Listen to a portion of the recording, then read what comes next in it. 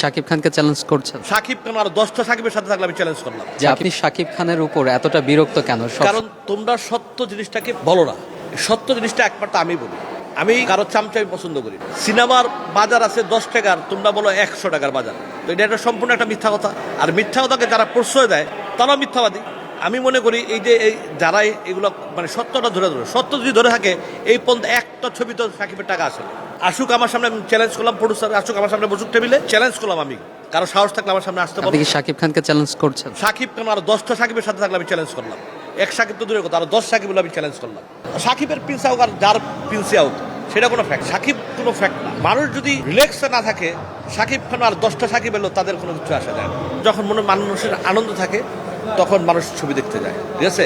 এই আনন্দটা কত মানুষের। এইবার ঈদে আমার সিনেমা যদি না আসে আমার কোনো দুঃখ নাই, কারণ এইবার ঈদে আমার এমন একটা জিনিস আসতেছে যেটা আমার বিজনেস ক্ষেত্রে আমার জীবনের সাথী হিসাবে থাকবে, যেটা ঠিক আছে। যেমন আমি এবার ঈদে আমি একটা রেস্টুরেন্ট ওপেন করবো আমি মাওয়াতে, ঠিক আছে? ইলিশ পোলাও, এটা নাডুবা গুলচক্কর পদ্মা ব্রিজ পার হইলেই আমার। এটা নিয়ে আমি প্রচুর কষ্ট করছি এবং প্রচুর সময় দিই। এবং এই রেস্টুরেন্ট আছে সেখানে, সিনেপ্লেক্স আছে এখানে, তারপরে হোটেলের মধ্যে কিছু রুম আছে, একটা রিসোর্ট টাইপের একটা আছে।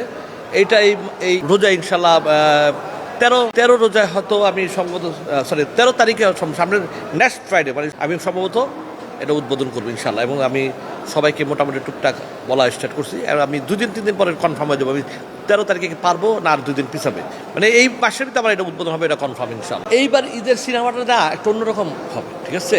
কারণ এবার ঈদের মনে হয় 5-6টা ছবি আছে, দেশের ভিতরে সিজন, তারপরে দেশের বাইরে সিজন, সব কিছু মিলে।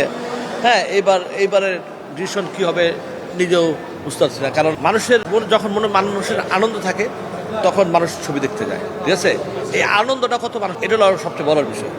এইবার ঈদ নিয়ে আমার মনে হয় তেমন একটা সুবিধাজনক হবে না, আমি মনে করি। এটা সাকিবের প্রিন্সে হোক আর যার প্রিন্সে হোক সেটা কোনো ফ্যাক্ট। সাকিব কোনো ফ্যাক্ট। হ্যাঁ, আমি তার সবার কথাই। আমার মনে হয় যে এবার মানুষের মনে যদি আনন্দ না থাকে, মানুষ কেন ছবি দেখে? বলতে মানুষের মনে একটা আনন্দ থাকতে হবে। মানুষ যদি রিল্যাক্সে না থাকে, সাকিব খান আর 10টা সাকিব এলো তাদের কোনো কিছু আসে যায় না। মানুষের মধ্যে রিল্যাক্স থাকতে হবে, ঠিক আছে? আমি কোরবানি ঈদে ইনশাল্লাহ আশা করি, দেখি যদি দেশের পরিস্থিতি ইনশাল্লাহ সব কিছু মিলে যদি ভালো থাকে তাহলে হয়তো আমি রোজার ঈদের পরে শুটিং করবো ইনশাল্লাহ।